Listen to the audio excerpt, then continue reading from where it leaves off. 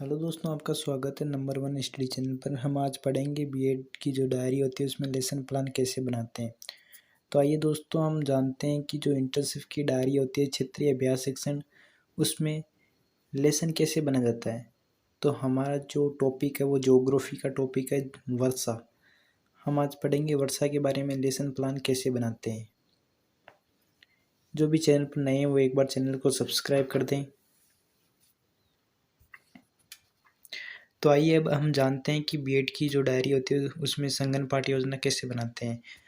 जो क्लास आपको इंटर्नशिप में मिली है वो क्लास लिखेंगे, फिर विषय भूगोल, प्रकरण वर्षा, और दूसरी तरफ होता है दिनांक, कालांश और समयावधि। समयावधि 30 से 35 मिनट की होती है। एक तरफ शिक्षण उद्देश्य होते हैं और दूसरी तरफ अपेक्षित व्यवहारगत परिवर्तन होता है। जो इंटर्नशिप की डायरी होती है उसमें 4 शिक्षण उद्देश्य लिखने होते हैं: ज्ञान, अवबोध, ज्ञानोपयोग और कौशल। और इन्हीं 4 शिक्षण उद्देश्य के दूसरी तरफ अपेक्षित व्यवहारगत परिवर्तन लिखा जाता है। दोस्तों, हमने ज्ञान में लिखा है विद्यार्थी वर्षा से संबंधित तथ्यों का प्रत्याशरण कर सकेंगे, और अवबोध में लिखा है विद्यार्थी वर्षा का महत्व बता सकेंगे। ज्ञानोपयोग में लिखा है विद्यार्थी वर्षा से संबंधित विषय वस्तु की जानकारी प्राप्त कर सकेंगे, और कौशल में है विद्यार्थी वर्षा से संबंधित विषय वस्तु को रेखा चित्र के माध्यम से बता सकेंगे। इस प्रकार से जो दिए होते हैं शिक्षण उद्देश्य, उन्हीं शिक्षण उद्देश्य से संबंधित अपेक्षित व्यवहारगत परिवर्तन लिखा जाता है। दोस्तों, जो भी चैनल पर नए हैं वो एक बार चैनल को सब्सक्राइब कर दें, वीडियो को लाइक कर दें।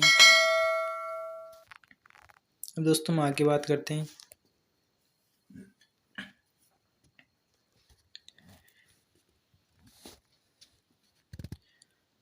आगे आता है जो शिक्षण उद्देश्य होता है उनकी, उसके बाद आता है पूर्व ज्ञान। पूर्व ज्ञान में लिखेंगे विद्यार्थी वर्षा के बारे में सामान्य जानकारी रखते हैं। फिर मूल्यांकन प्रश्न, इसमें 4 प्रश्न करने होते हैं या 4 प्रश्न पूछने होते हैं विद्यार्थियों से। तो एक प्रश्न पूछेंगे कि गांव के लोगों का मुख्य व्यवसाय क्या है। विद्यार्थियों का उत्तर होगा कृषि। कृषि के लिए किन चीज़ों की आवश्यकता होती है। तो विद्यार्थी जवाब देंगे जल, भूमि, खाद आदि। जल के स्रोत क्या क्या हैं। नदी, तालाब और वर्षा। वर्षा किसे कहते हैं। हालांकि विद्यार्थी बताएंगे कि वर्षा किसे कहते हैं, फिर भी अगर विद्यार्थियों को नहीं आता तो ये आंशिक उत्तर होगा। और फिर उद्देश्य कथन बोला जाएगा छात्राध्यापक द्वारा कि प्रिय विद्यार्थियों, आज हम वर्षा के बारे में विस्तार पूर्वक अध्ययन करेंगे। बाद में आता प्रस्तुतिकरण। प्रस्तुतिकरण में पहला शिक्षण बिंदु है वर्षा की प्रक्रिया। इसके 2 विकासात्मक प्रश्न पूछेंगे और दूसरी तरफ होगा छात्र क्रियाएं, यानी पौधों के लिए उपयोगी तत्व कौन सा है। विद्यार्थी जवाब देंगे वर्षा। वर्षा के बारे में आप क्या जानते हैं। तो विद्यार्थियों का उत्तर आंशिक होगा, और दूसरी तरफ होता है श्याम प्रसार। इस प्रकार से जो पहला शिक्षण बिंदु पूछा जाता है उसी शिक्षण बिंदु से 2 विकासात्मक प्रश्न किए जाते हैं, और उन प्रश्नों के बाद छात्राध्यापक कथन बोला जाता है। यानी कथन वर्षा की प्रक्रिया हमारा शिक्षण बिंदु था, उसका कथन है कि वर्षा वह प्रक्रिया है जिसके द्वारा वायुमंडल में संगठित या संगणित जलवाष्प जल की बूंदों तथा हिमकणों के रूप में धरातल पर गिरती है, जिसे वर्षा कहते हैं। बादल के लाखों कण मिलकर वर्षा की एक बूंद बनाते हैं। वर्षा की एक बूंद का व्यास 6 mm होता है। पृथ्वी की सतह से पानी वाष्पित होकर ऊपर उड़ता है और ठंडा होकर पानी की बूंदों के रूप में पुनः धरती पर गिरता है, इसे ही वर्षा कहते हैं। तो जो ये वर्षा की परिभाषा वो बताइए या कथन बोला है, इसको विद्यार्थी ध्यानपूर्वक सुनेंगे। फिर छात्राध्यापक द्वारा इस कथन के माध्यम से, इस कथन के अंदर से प्रश्न किए जाएंगे जिन्हें बोध प्रश्न बोला जाता है। तो पहला बोध प्रश्न है, बादल के लाखों कण मिलकर क्या बनाते हैं। तो विद्यार्थियों का उत्तर होगा वर्षा की एक बूंद बनाते हैं। ठीक है, वर्षा की एक बूंद बनाते हैं। वर्षा की एक बूंद का व्यास कितना होता है। तो 6 mm होता है व्यास। विद्यार्थियों का जवाब होगा। फिर दूसरी तरफ श्यामपट्ट सार लगाना होता है, जिसमें श्यामपट्ट सार होता है उसमें मुख्य मुख्य बातें लिखनी होती है। फिर दूसरा जो शिक्षण बिंदु है हमारा वो है वर्षा के प्रकार। इससे विकासात्मक प्रश्न है कि भारत के किस राज्य में सबसे अधिक वर्षा होती है।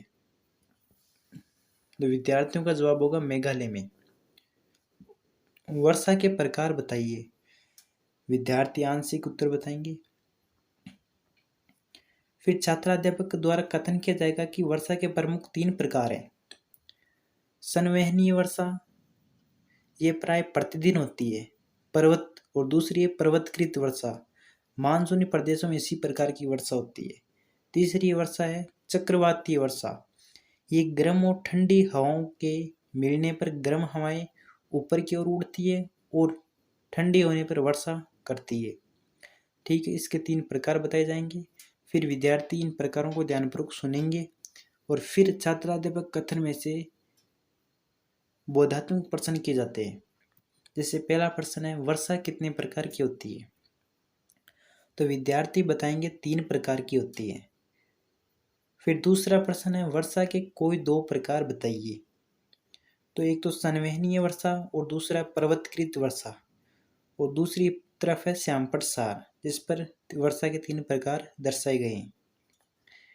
इस प्रकार से 2 शिक्षण बिंदु कंप्लीट हुए। दोस्तों एक बार चैनल को सब्सक्राइब कर दो, जिन्होंने अभी चैनल को सब्सक्राइब नहीं किया वो पहले चैनल को सब्सक्राइब करें। अब हमारा तीसरा शिक्षण बिंदु है वर्षा मापन। इससे 2 विकासात्मक प्रश्न है। भारत में सबसे कम वर्षा वाला स्थान कौन सा है। तो इसमें आएगा लेह नगर। वर्षा मापन क्या है। विद्यार्थी आंशिक उत्तर बताएंगे और फिर छात्राध्यापक कथन किया जाएगा कि किस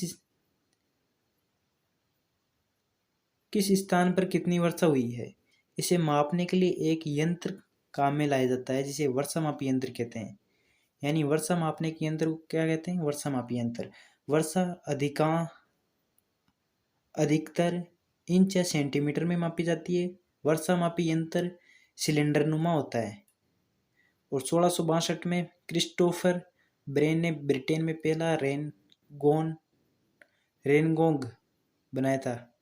ठीक है, और इसे विद्यार्थी ध्यानपूर्वक सुनेंगे और इस कथन के माध्यम से अध्यापक द्वारा बोध प्रश्न किए जाएंगे। बोध प्रश्नों की संख्या 2 होती है और विकासात्मक प्रश्नों की संख्या 2 होती है। इस प्रकार से बोध प्रश्न किए गए और दूसरी तरफ श्यामपट सार लगाया गया जिस पर मोस्ट बातें लिखी जाती है। इस प्रकार से हमारे 3 शिक्षण बिंदु कंप्लीट हुए। ठीक है, अब है जो मूल्यांकन प्रश्न। तो मूल्यांकन प्रश्न की बात करें तो जो पहला प्रश्न होता है वो वस्तुनिष्ठ प्रश्न होता है और दूसरा प्रश्न रिक्त स्थान पूर्ति वाला प्रश्न होता है, और जो तीसरा प्रश्न है वो अति लघुत्तरात्मक होता है और चौथा होता है वो लघुत्तरात्मक होता है। और जो 5वां प्रश्न होता है वो गृह कार्य के रूप में होता है, निम्नात्मक प्रश्न। इस प्रकार से 3 शिक्षण बिंदु होते हैं। तीनों के दो विकासात्मक प्रश्न होते हैं और 2 बोधात्मक प्रश्न होते हैं इंटर्नशिप की डायरी में।